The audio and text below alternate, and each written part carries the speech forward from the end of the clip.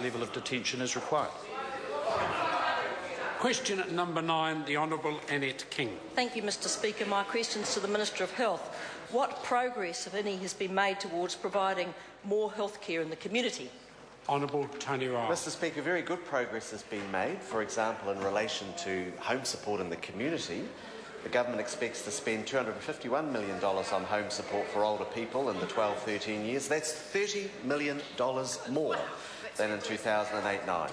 While most district health boards are delivering more hours and one or two are less, overall 2012 DHBs purchased approximately over 10 million hours of home support, 1.4 million more than in 2008. However, like so much in the work that we do, there is always room for improvement for New Zealand patients. Supplementary question, Supplementary Mr Speaker. question, Honourable Annette King. Is Dr Paul Ockelford of the New Zealand Medical Association correct when he said this morning that if the government wants doctors to provide more health care in the community rather than in hospitals, government funding should follow? Honourable Tony Ryall. Mr Speaker, Mr Ockelford certainly presents a view that if additional services are to be purchased from doctors and general practices, then funding should follow. In many ways, that's why the government has invested so much in the public health service over the last few years, and New Zealanders will see tomorrow how this government remains very strongly committed to protecting and growing the New Zealand Public Health Service. Supplementary question, the Honourable Annette King. Does he intend to inform New Zealanders that, in fact, moving health care into the community can actually mean moving the cost onto the community, which is happening now under his policy and impacting on older people in particular?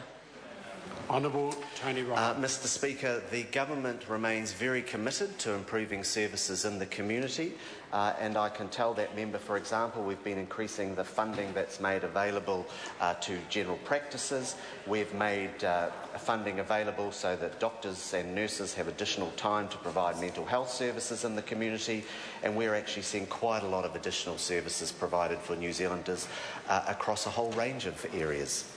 Supplementary question, Supplementary question, the Honourable. Is he aware that the impact of moving health care from hospitals into the community without funding has meant that Mr David McFarland, a 75-year-old pensioner from Kaiapoi, has to pay $200 to his GP to have skin cancer removed, a procedure previously carried out without cost in the public hospital? Honourable Tony Ryall. Mr Speaker,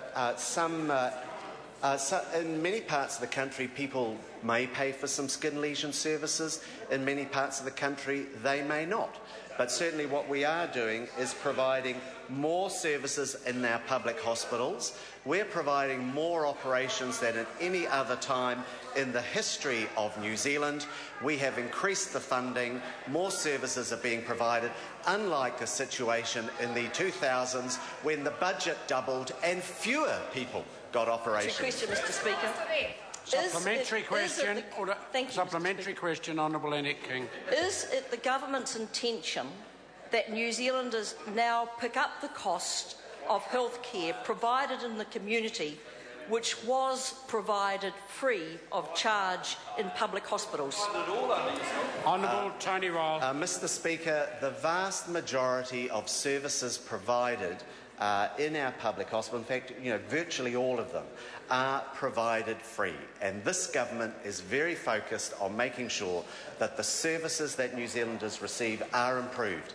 And they will see in the budget tomorrow continuing strong commitment. Point of order, Honourable Annette. I'm sure you listened to the question, Mr Speaker. I didn't ask whether they were provided free in the public hospital. I said, is the community now going to pick up the cost of health care that was provided free in the public hospital? Order. That's not the way the question was originally asked. But if the minister, Speaker, I'll repeat it if you'd like, so you can see exactly how it was asked. It's not necessary at all. Does the member want to? The minister now want to answer further? No. Point of order, Mr Speaker. Point of order, Honourable Annette. I seek leave to table a letter from Mr David McFarland with his approval, saying that he now has to pay $200 to have skin Leave us cancers sought to removed. table that letter. Is there any objection? There is none that can be tabled. Point of order, Mr Speaker. Point of order, I seek Honourable. leave to table a report from his doctor saying that he needs to have these skin cancers removed, because if they don't, they will invade surrounding tissues. Order, and again, that's with the client. Yes, all with his permission. approval. Leave is sought to table the doctor's report as well. Is there any objection? There appears to be none. Mr Speaker, I also table 2 receipts from Mr McFarlane showing that he paid $200 to have skin Leave is sought cancer to also lesions table the removed. receipts. Any objection? There appears to be none. Supplementary question. Supplementary question, Brendan Horan. Thank you, Mr Speaker. What would the... Order. Order. Can't learn anything while your Order. lips are Would the flapping. member just proceed with a supplementary question? What would the... what would the Minister say to the Bay of Plenty mother who approached me yesterday, concerned when told... Order. Order. The member has every right to ask his question. Would the member please ask the supplementary? Thank you, Mr Speaker. How dull some of their comments are on that side. And if but the never member mind. just Sir, proceeds to ask his question, thank you. We will get to further business of the House far more quickly. Sir, what would the Minister say to the Bay of Plenty mother who approached me yesterday, concerned when told by her doctor that her 11-year-old son will have to wait 6 months to see an ear, nose and throat specialist for treatment for a respiratory condition which will likely require an operation, and whose condition may worsen with risk of infection whilst on the waiting list? Well, what will the Minister say to that Bay of Plenty mother?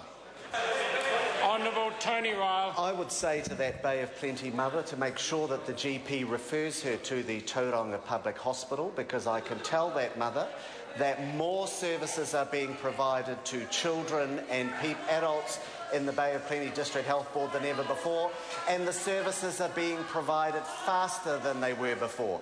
This government's invested strongly in the Bay of Plenty District Health Board, unlike the previous government where the budget doubled and fewer people got operations.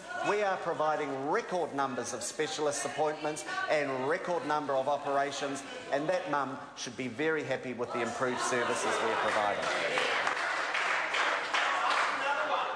Question at number 10, Holly Walker. Thank you, Mr Speaker. My question is to the Minister of Justice.